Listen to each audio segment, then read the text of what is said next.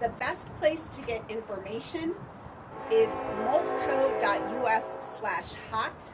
That is where we have all of our information listed. I'm going to leave it. We have a lot of experts here today who can talk you through the specifics of our response, what that looks like, so they'll be available in just the next few minutes. What I want to share and to be as loud and clear about as possible is that this will likely be the hottest weather and the highest heat risk that Multnomah County will see this year. So please, everyone, take the health risks this coming week seriously, extremely seriously. Avoid being outside if you can. Find a cool space inside to be. There is an interactive map of the places that anyone can seek respite from extreme heat, again at that website, multco.us/hot. If you are an event organizer, and I know we have several large-scale events planned for this weekend, so if you're an event organizer, if you were planning on attending an outside event during this heat wave, please reconsider. We should be prioritizing the safety of our community above all else. And if you do have to be outside, and this is for everyone in our community, drink lots of water, stay hydrated, seek shade, take breaks, don't push yourself. This is going to be extremely hot weather. Above all, please take care of yourself, take care of your neighbors, your family. We need to come together for this event. If you can help somebody get to a cool space, even for a few hours, please do that. It makes a huge difference. Also, help us share this information, get the word out to people so that they know really what we're facing in a prolonged period of heat for the next several days. Everyone pitching in is how we are going to keep our community safe. So thank you, and with that, I will turn it over to Mayor Wilson. Thank you, Chair. Thank you to the media partners for showing up on such short notice as well. We appreciate you getting the word out. The city, county, and all our partners are taking this heat emergency very seriously. We are acting now to save lives over this next several days. While Multnomah County is the lead agency for heat emergencies, the city is working in close coordination. We are jointly declaring an emergency declaration. Our first responders, including Portland Fire and Rescue, Portland Street Response, are prepared to give life-saving care to help people cool down. Thousands of neighborhood emergency team members have been asked to check on their neighbors and help them make a plan to get somewhere cool. Portland Parks and Recreation maintains fountains and activates splash pads that stay on through the summer. Please seek them out. Right now, there are more than 70 safe, cooled spaces across our city. Shelters and libraries, community centers and malls and splash pads, parks with misting stations. Please seek them out. We're ready to provide the care. We've opened St. Stephen's, our newest overnight shelter at Southwest 13th and Clay, not just overnight, but beginning at noon today, 24 hours. To our neighbors experiencing homelessness, I encourage you to seek shelter at this location and others. If you're feeling dizzy, weak, or disoriented, please come inside and seek care. You belong in these safe spaces, and our shelters have space for you right now. Your life matters, and your life is important. Let us keep you cool and cared for through this heat wave. This heat wave tests us. It does every single year, but it also reveals our best selves. Look out for one another, share water, offer a ride to those in need, send a text to check in, and when we move forward together, we protect the health and spirit of our entire community. So thank you for this opportunity, and please stay cool. I'd like to introduce Chris Voss now. Hello, Chris Voss, Director of Emergency Management for Multnomah County. This is going to sound a little repetitive. We want people to do three things. One, we want you to think about what you're doing today and for the next couple days. If you could avoid the hottest part of the day, we want you to avoid the hottest part of the day. Stay hydrated. Next, if you do not have air conditioning or someplace that you could be cool, we have a great tool. You can go to our map, and as the mayor said, we have over 70 locations on that map. It's 15 libraries, it's multiple splash pads, it's pools. We want you to go and find one of those places where you could stay cool. That's very, very important, not just for today, but potentially for the next several days. And then third, if you're someone sitting at home in the air conditioning and you're really comfortable, we want you to call some of those friends and family that might not be in the same position and offer up that opportunity for them too.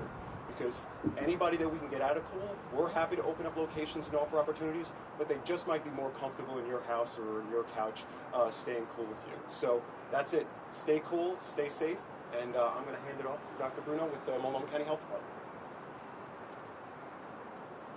Thank you, Chris. Thank you, everybody, for being here today. Yes, we're a little worried about this heat because it is going to be the hottest day, but also the longest stretch of hot days in a row. So I want to also reiterate some of the messaging here. Number one is don't go outside if you don't have to. Don't go out in that heat. Stay inside and indoors and stay cool as much as you can over the next few days to ensure that you're taking a break, and especially if you do have to be outside, taking a break and getting into the shade, staying hydrated. Number two, really know the signs of dehydration and know the signs of heat exhaustion and heat stroke.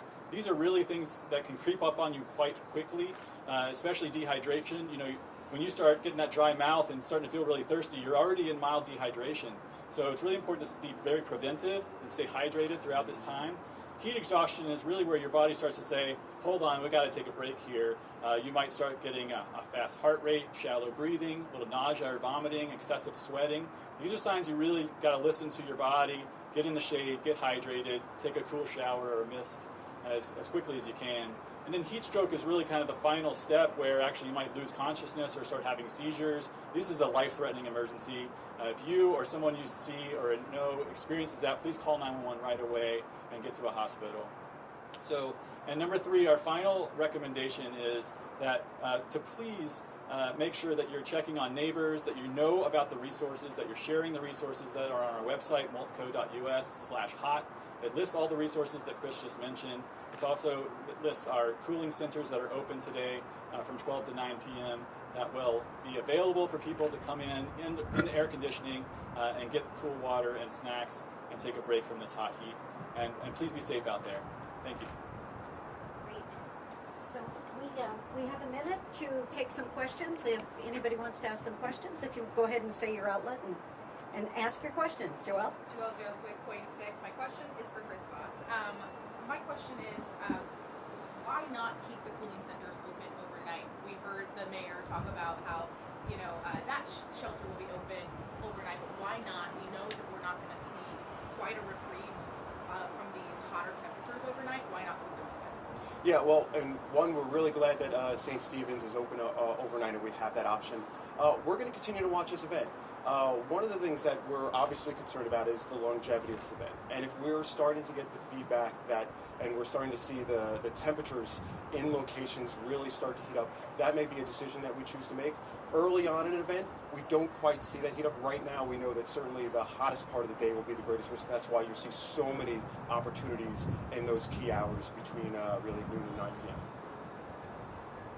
Christina? Multnomah County has a situation where they have their bars pretty stable, so people actually know when shelters are open and when they're not open.